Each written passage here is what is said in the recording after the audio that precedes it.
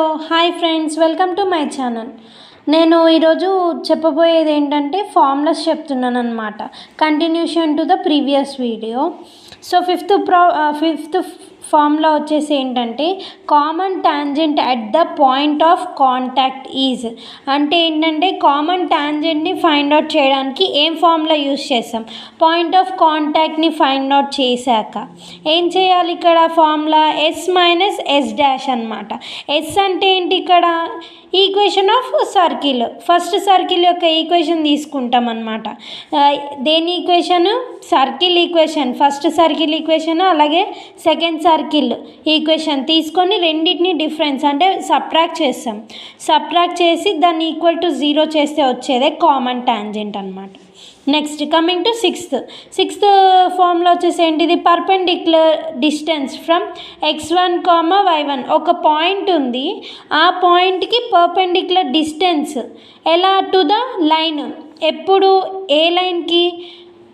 ax plus by plus c is equal to 0 అనే లైన్కి ఈ పాయింట్ తోటి పర్పెండిక్యులర్ ఎప్పుడు అవుతుంది అంటే ఏ ఫార్ములా యూస్ చేయాలి అంటే ఏంటిది? ఈ ఫార్ములా యూస్ చేయాలి. ఏంటిది అది? ax1 plus by1 plus c by square root of a² plus b² అనమాట. ఓకేనా? Next coming to seventh formula. So seventh ఫార్ములాలో ఏంటిది? Equation of the direct common tangent is y minus y1 is equal to m into x minus x1 అనమాట. So ఇక్కడ x1, y1 అనేవి మనకి points అన్నమాట. మనకు పాయింట్స్ అనేది మెన్షన్ చేస్తారు. సో ఆ పాయింట్స్ని తీసుకొని అండ్ ఆల్సో m అనేది ఏంటంటే ఇక్కడ slope of a common tangent. ఓకేనా? సో స్లోప్ కన్సిడర్ చేసుకుంటాం. సో అలా మనం ఈక్వేషన్ని సాల్వ్ చేసుకొని ఈక్వేషన్ ఆఫ్ డైరెక్ట్ కామన్ టాంజెంట్ని ఫైండ్ అవుట్ చేస్తాం. ఓకేనా? Next coming to the eighth formula. If the circle equation is x² plus y² is equal to a². అంటే ఒకవేళ సర్కిల్ ఈక్వేషన్ అనేది ఈ ఫామ్లో ఉందనుకోండి, అంటే x² plus y² is equal to a² ఉంటే అప్పుడు ఏమవుతుంది? m అనేది స్లోప్ కన్సిడర్ చేసుకుంటాము. అండ్ ఆల్సో ఏమవ్వాలి అప్పుడు? Equation of tangent formula y is equal to mx plus or minus అనమాట. a into square root of 1 plus m² అనమాట. ఓకేనా? అంటే a అంటే ఏంటి? ఇక్కడ ఈక్వేషన్లో మనకి వాల్యూ ఉంటుంది కదా, దాన్ని ఇక్కడ సబ్స్టిట్యూట్ చేయాలి. m అంటే స్లోప్ అనమాట. ఓకేనా? x, y అనేవి మనకి కామన్గా ఈక్వేషన్లో ఎగ్జిస్ట్ అవుతాయి. xy అనే టర్మ్స్ అనమాట. ఓకేనా? Next coming to the ninth formula వచ్చే లోపల ఏముంది? ఇక్కడ యాంగిల్ బిట్వీన్ 2 లైన్స్ ఈజ్. అంటే ఏంటి? 2 లైన్స్ మధ్యలో యాంగిల్ ఎంత ఉంటుంది అది ఫైండ్ అవుట్ చేయడానికి ఏం formula? cos θ is equal to a plus b mod అంటే ఏంటిది? మోడ్కి మెయిన్ యూజ్ ఏంటిదంటే మోడ్ లోపల -6 ఎగ్జాంపుల్ -6 ఆర్ +6 రెండిట్లో ఏది వచ్చినా సరే 6 రాసుకున్నాం అంటే మైనస్ని మనం నెగ్లెక్ట్ చేస్తామన్నమాట. ఓకేనా? సో దానికోసం మనకి మోడ్ అనేది బాగా యూజ్ అవుతుంది. ఓకే? సో ఇక్కడ ఏంటి? cos θ is equal to mod of a plus b by square root of a minus b whole square plus 4h². H అంటే ఏంటంటే ఇక్కడ సెంటర్లో పాయింట్ అనమాట. సెంటర్ని మనము h, kతో కూడా ఇండికేట్ చేస్తాం. సో దాంట్లోదే హెచ్ ఇది. ఓకేనా? నెక్స్ట్ ఇక్కడ మనము AB 2 టర్మ్స్ని యూజ్ చేస్తాం కదా, ఆ 2 టర్మ్స్ ఎక్కడి నుంచి రాసుకోవాలి మనము? AB టర్మ్స్ అనేవి ఎలా రాసుకుంటామంటే where a, b are coefficients of x² and y² respectively. అంటే x²కి y²కి ముందున్న నంబర్స్నే a, b టర్మ్స్లా కన్సిడర్ చేసుకుంటాం. అవి ఏ ఈక్వేషన్లో ఉన్న xy terms? From the equation of pair of tangents. Equation of pair of టాంజెంట్స్ని ఫైండ్ అవుట్ చేయాలి ఫస్ట్.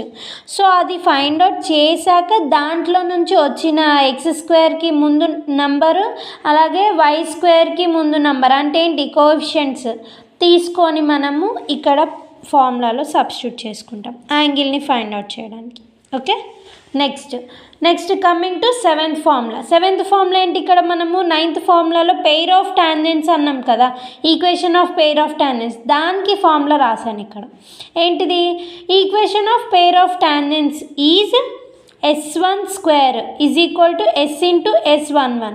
ఓకే, s1 అంటే ఏంటి? ఇక్కడ ఫస్ట్ ఇలా రాసుకోవాలి. ఏంటి? x into x1 plus y into y1 plus g into x plus x1 plus f into y plus y1 plus c అనమాట. Okay, s అంటే నార్మల్గా రాసుకుంటాం, x² plus y² plus 2gx plus 2fy plus c. Okay, next s11 is equal to x1² plus y1² plus 2gx1 plus 2fy1 plus c అనమాట. ఓకేనా? Next eleventh formula ఏంటిది? ఇక్కడ equation of tangent at p of x1, y1 అంటే equation of టాంజెంట్ని find out చేయాలి. ఎక్కడ ఏ point దగ్గర? p అనేది x1, y1 అయినప్పుడు టు ద సర్కిల్, ఏ సర్కిల్కి s ఈజ్ ఈక్వల్ టు 0 రావాలి, అలాంటి సర్కిల్ని కన్సిడర్ చేసుకుంటాం.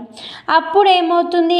s1 is equal to xx1 plus yy1 plus g into x plus x1 plus f into y plus y1 plus c is equal to 0 అనమాట. ఇది మనకి equation. ఏ ఈక్వేషన్ ఇది? Equation of tangent. ఓకేనా? Next coming to the twelfth ఫార్ములాలో మనకి ఏమి ఇచ్చారు ఇక్కడ? If h, k are the point of contact అంటే పాయింట్ ఆఫ్ కాంటాక్ట్ని h, k తోటి మనం ఇండికేట్ చేసుకున్నాం ఇక్కడ. సో ఇక్కడ h, k అనే పాయింట్ ఆఫ్ కాంటాక్ట్ అయినప్పుడు if the foot of perpendicular from x1, y1 అంటే ఫూట్ ఆఫ్ పర్పెండిక్యులర్ ఏమవుతుంది? ఎప్పుడు ఎక్కడి నుంచి కన్సిడర్ చేస్తే x1, y1 అనే పాయింట్ నుంచి కన్సిడర్ చేసి అదే దేనికి పర్పెండిక్యులర్ అవుతుంది? ax plus by plus c అనే లైన్కి పర్పెండిక్యులర్ అయినప్పుడు ఏమవుతుంది?